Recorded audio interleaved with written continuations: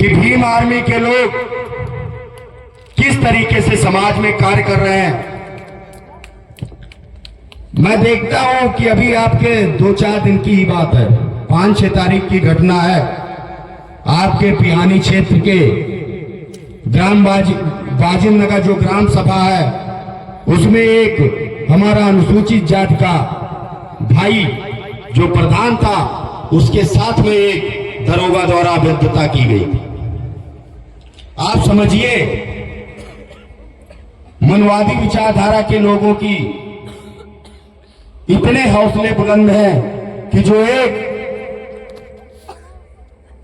हजारों लोगों का प्रतिनिधित्व करने वाला व्यक्ति है, उसका अपमान करने में जब ये लोग कसर नहीं छोड़ते, तो हम और आप तो बहुत छोटी चीज है।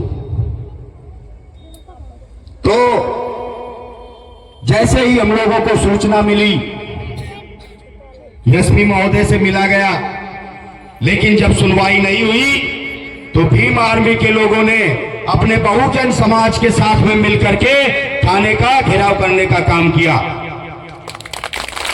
और उन भ्रष्ट अधिकारियों और कर्मचारियों को खुला चैलेंज दिया कि अगर आप हमारे समाज के लोगों को अपमानित करने का काम करेंगे, हमारे समाज के लोगों के साथ में दुर्व्यवहार करेंगे, तो ये वादा है कि हम तुमको भी तुम्हारी कुर्सी पे चैन से बैठने नहीं देंगे, ये याद रखिएगा। हाँ, हम मानते हैं कि हम आज सत्ता में नहीं है, हम आज शासन में नहीं है, लेकिन ये मत भूलिएगा कि अगर ये बहुजन समाज के लोग आपको देश की सत्ता की कुर्सी सौंप सकते हैं, अगर बहुजन समाज के लोगों ने मूड बना दिया तो लात मार के तुम्हें कुर्सी से नीचे भी फेंक सकते हैं, ये याद रखिएगा। और जब जब बहुजन समाज के लोगों के साथ में ऐसा हुआ है, तो बहुजन समाज के लोगों ने एकजुटता दिखा के और इस कार्य को बखूबी किया, क्योंकि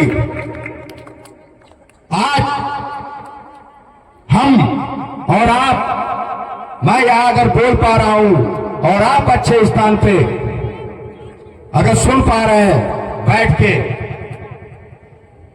तो ये सिर्फ हमारे भारतीय संविधान की ताकत है।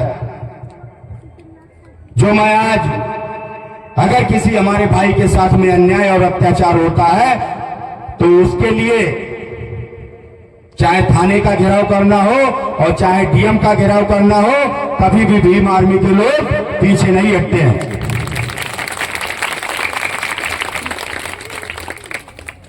मैं ये नहीं कहता कि आप लोग आंख बंद करके भीम आर्मी में ज्वाइन होइए।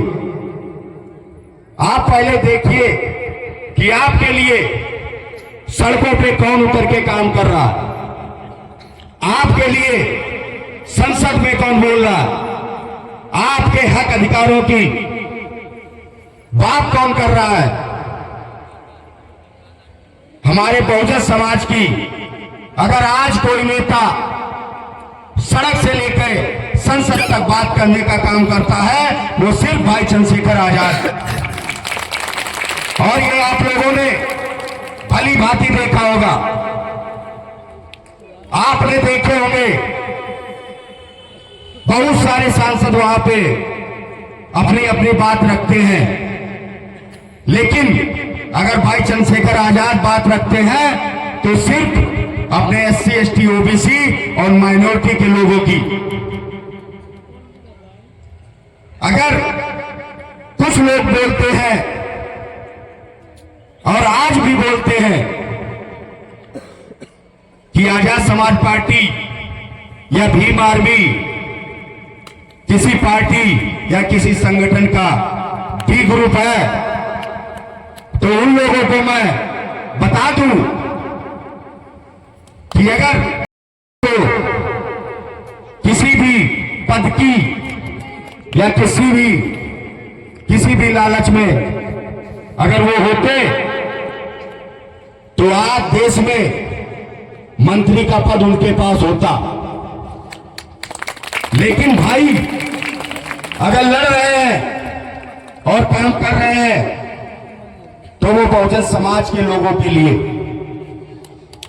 वो अपने या अपने परिवार के लिए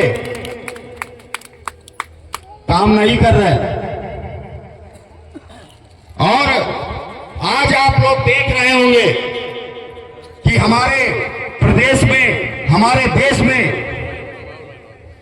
शहरों के नाम बदल दिए जाते हैं, यूनिवर्सिटियों के नाम बदल दिए जाते हैं। नाम बदलने में ये मौजूदा सरकारें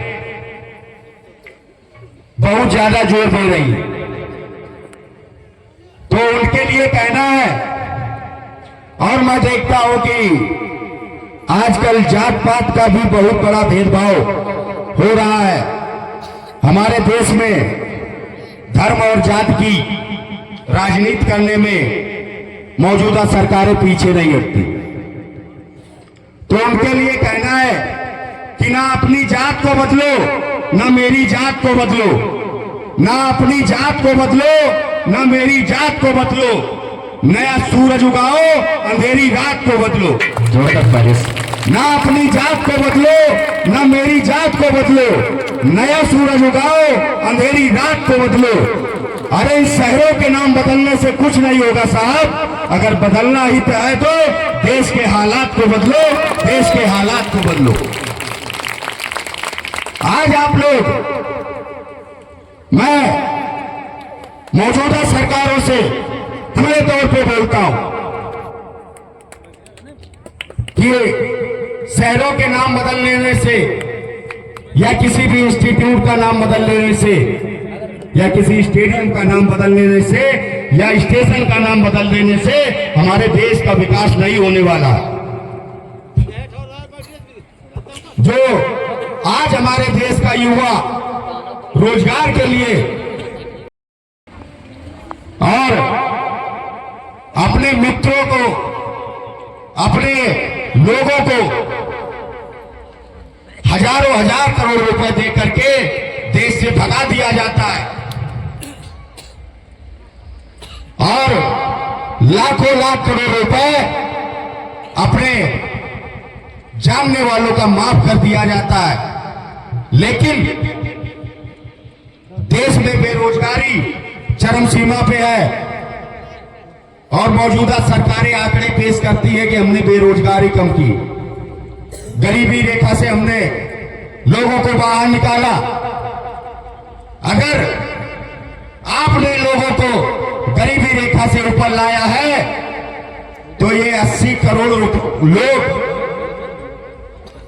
लगभग 150 करोड़ की आबादी वाले देश में 80 करोड़ लोग अगर 5 किलो राशन के लिए लाइन में लग रहे हैं तो फिर आपने आधी से ज्यादा आबादी जो देश की है वो 5 किलो राशन के लिए लाइन में खड़ी हो रही है। तो फिर भाई आपने किन लोगों को गरीबी रेखा से बाहर लाए? और अगर आप गरीबी रेखा से लोगों को बाहर लाए हैं और गरीबी खत्म करती है तो ये क्या विदेश से आए हुए लोग हैं जो आपके कोटेदारों के पास में 5 किलो राशन के लिए कटोरा लेके खड़े होते हैं? तो मौजूदा सरकारों से कहना है,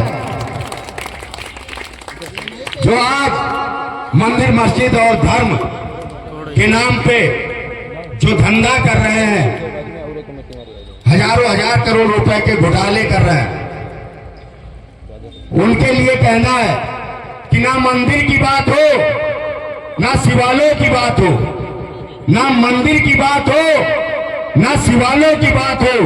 जनता बेरोजगार है, पहले तो निवालों की बात हो। ना मंदिर की बात हो, ना शिवालयों की बात हो। जनता बेरोजगार है, पहले तो निवालों की बात हो। ना हमें दिक्कत तुम्हारे भजन से है, ना हमें दिक्कत तुम्हारी अजान से है, ना हमें दिक्कत तुम्हारे भजन से है, ना हमें दिक्कत तुम्हारी अजान से है। अगर दिक्कत है तो शहर पे मरते हुए नौजवान से है, और खेतों में खुदकुशी करते हुए किसान से है, किसान से है। क्योंकि आप लोग देख रहे होंगे कि मौजूदा सरकारें धर्म के नाम पे